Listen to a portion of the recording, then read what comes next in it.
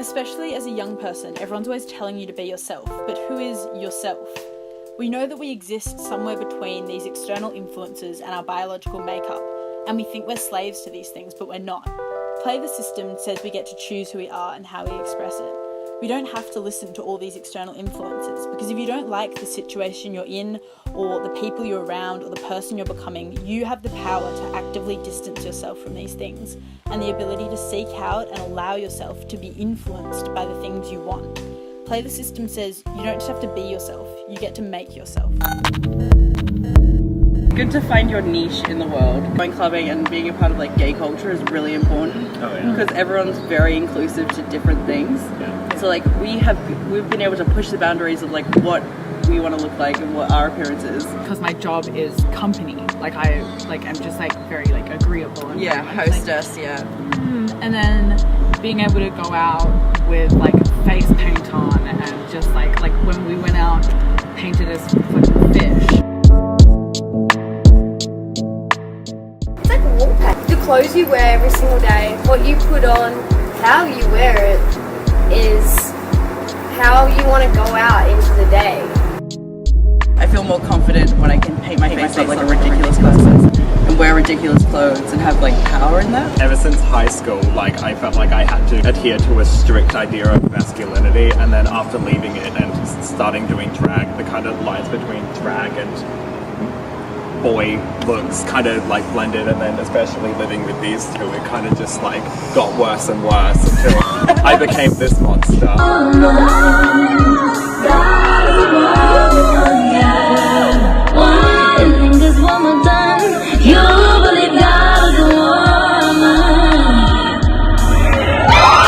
Dress pretty boyish 90% of the time. Toxic masculinity fucks like my shit up. Like I hate that. And as soon as I see someone like conforming to that way of thinking, they're people that I cut out of my life. One time I was walking down the street and someone put up in their car and they were like, "Hey, nice outfit." It was a female. She yelled out, "Hey, nice outfit." I was wearing like really short like overalls. I was like, that was really nice. Like she didn't sexualize me in any way. She just told me that I had like a really nice outfit. And then like I get like the next day I get like a guy pull up in his car and he like aggressively like yells at me. I'm like, this is fucking bullshit. Like you're not comfortable enough in your own skin to see that what I'm doing is just the way that I'm expressing myself through my like the way I dress.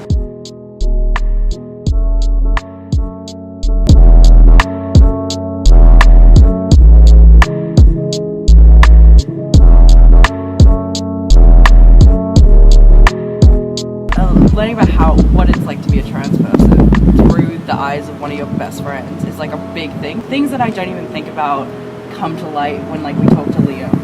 It makes it easier to relate, and also I feel like it's a very important thing once you know someone who's going through it. Being bi, people who still won't like accept that that's a real thing. Yeah. The Perth drag scene is a lot smaller than like say Melbourne. I haven't been to everyone Melbourne, knows but everyone.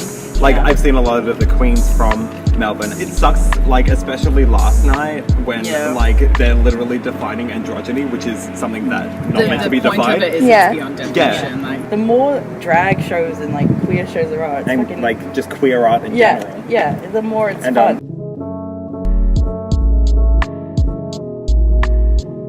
The influences you get from the internet and friends around you and family and groups you're a part of all construct you into being who you are. And so you have the power to break away from that, and you have the power to construct your identity and change and grow and become a better person. The stigmas as well with mental health. Me personally, struggling with stuff like that has always been really difficult for me to reach out to my personality in general, and also the stigma that's attached with the system, the expectations of something you have and maybe keeping it to yourself. I guess with the East Asian background, I can't talk about my culture without talking about community expectations. And so we really need to be pushing for an agenda that's setting us up to be able to share these emotions that have been suppressed, in the past, and to be able to really share truly what we're feeling and connect with each other on that level.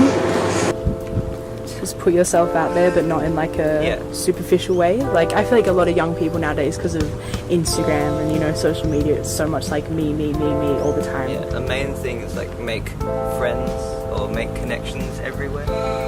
a lot of people are just chasing, like, being famous, getting likes. Like, do you want to sell yourself, or do you want to make something and sell that? If you're an influencer, it's like, the real thing is, it's not real. And you are just a billboard, and coming down to how you see yourself personally. I personally find being on social media too much and interacting with it too much, I definitely start to lose who I actually am rather than the image I want people to see. While these systems do serve themselves, they are constructed by people and they are there to serve us. So we should make them serve us and not just be ruled by them. Play the system is about everyone. It's about going in and making a change that actually does something. Perth is so isolated, always has been, and it's always been conservative because of its isolation, and it's fucking annoying. I was raised as a Jehovah's Witness on my dad's side, and so he was very conservative, and on my mother's side she was like a single liberal mum at uni. Since I've found it through my own art, the understanding the unknown. So my dad's Muslim from a third world country, and my mother's a Jehovah's Witness from Australia. I think religion is like a really big structure that defines a lot of the way we live our lives. I think most people, whether through just I've always been that religion or whatever, are connected to some sort of religion in some way. And I think it's just insane that somehow these rules we have come to completely define our lives. I am really anti-religion, but I think it's interesting the idea that religion can be used for good. I think all religions have the same core message, which is about kindness and tolerance and stuff, which is really ironic if you think about it. All my life, lots of people have been religious around me. My dad, though I don't live with him or see him much, he's very religious, he's Muslim. My grandparents are very Buddhist. A lot of my very close friends are Mormons. They're not believers, but I can believe in how different religions go about their philosophies. Being around all these different religions, I just pick and take things. It doesn't necessarily have to be around the patron saint. You can still apply what things the religions have in place in a non-religious sense. So I feel playing the system. Growing up Catholic, I've been through it all. Sacraments, church services, picking a patron saint. I do think most organised religions do give out a prospect that's beneficial to people in society. It gives you grounding. Rules on how to just generally be a good person. I grew up in a very strict Christian family. Me being a bisexual young human being made that really difficult. I remember the moment I decided that I wasn't religious. I was in the middle of a church being 8 years old, and everyone was praying for marriage equality laws to go through. And it was this really jarring moment in terms of the rules set by religion. Like everything, it should evolve over time. So maybe we could pick out those things that are good about each one and create something that's a bit more beautiful. I'm actually quite envious of people that are religious. I think in some sense religion could be used for good. You could take the good values and you could work with them. But I think fundamentally religious values are not something that we should live with. I think people need to accept that unless they're going to be irrational and not follow evidence and justification for their belief, we need to give up religion. And it's hard because it's so ingrained in our culture and it's part of what creates the sense of community, but I think we can find that sense without religion. Because fundamentally the core values are not okay. It's really hypocritical when you either take some things figuratively and some things metaphorically and try and blend them together in what you think is a progressive moral way, but that's not how religion works. I don't want to live in a world where people are like that. I think playing the system applies because we are already in this Christian system and we need to realise how we can work with it and then how we can escape from it. Because beliefs inform actions and actions have consequences. When I went to high school, I wanted to do HR music. My school didn't offer it. So instead of whining about it, I decided I was just going to take Cert 3 music. I got a Cert 3 in Year 12. I never even checked my ATAR because I only ever applied for WAPA. I got accepted into their diploma course. I won the National Poetry Award. It was just something I wrote in 15 minutes, but it was just embedded with raw emotion and passion of what the subject matter was, about how school doesn't facilitate creative and different people, projects this wrong idea of what being educated is. I'm just so blessed that I got to touch more than 200,000 kids and make them feel that you can be vocal about it and you can challenge it.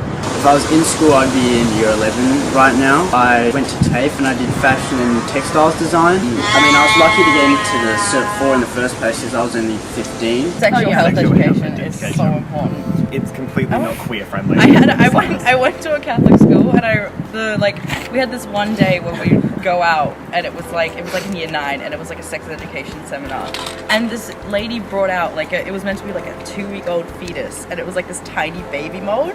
This is what happens when you get an abortion. You kill this baby.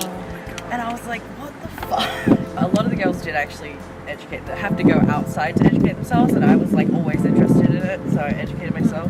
I remember when they were teaching us about dental dams. Yeah. Did not even come up once that they're predominantly used for lesbian sex. Completely. Yeah. It was like for when a man wants to give oral sex to a woman, and Queer people don't know how to have safe sex because they've never been taught. Completely. Yeah. Like, I had no idea. I had no idea how HIV works, especially in non-co-ed schools, when boys and girls aren't taught about each other. Yeah.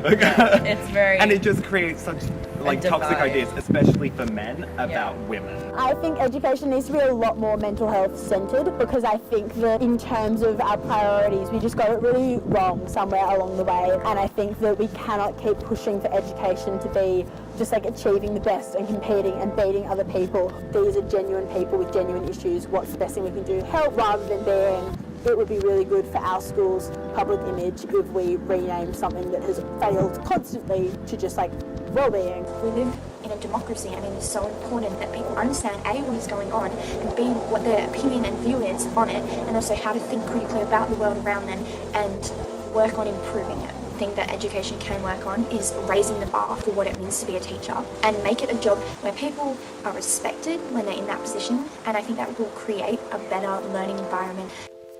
Playing the system in terms of school means taking all opportunities you can and learning as much as you can, not just for tests and assignments, but for knowledge, because education is power.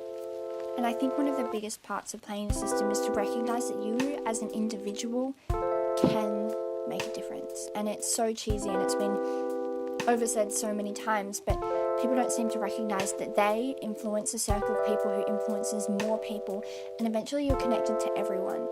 If you have to drive, you can literally do anything you like without any degree. So at the end of the day, it's just knowledge.